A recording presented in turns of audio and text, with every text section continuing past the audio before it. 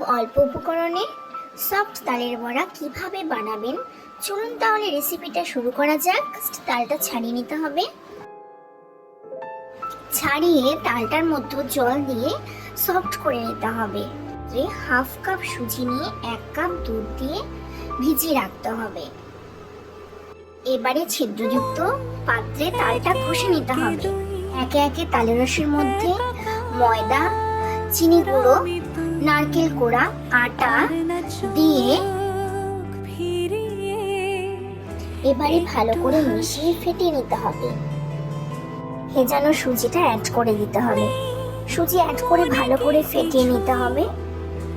করার জন্য একটা কলা অ্যাড করে নিতে হবে। এবারে আবার ভালো করে ফেটে নিতে হবে। মৌরি অ্যাড করে নিতে হবে। ভালো করে মিশিয়ে নিতে হবে। কড়া বসিয়ে তেল গরম করে নিতে হবে। তেল গরম হলে একে একে বড়াগুলো ছেড়ে দিতে হবে।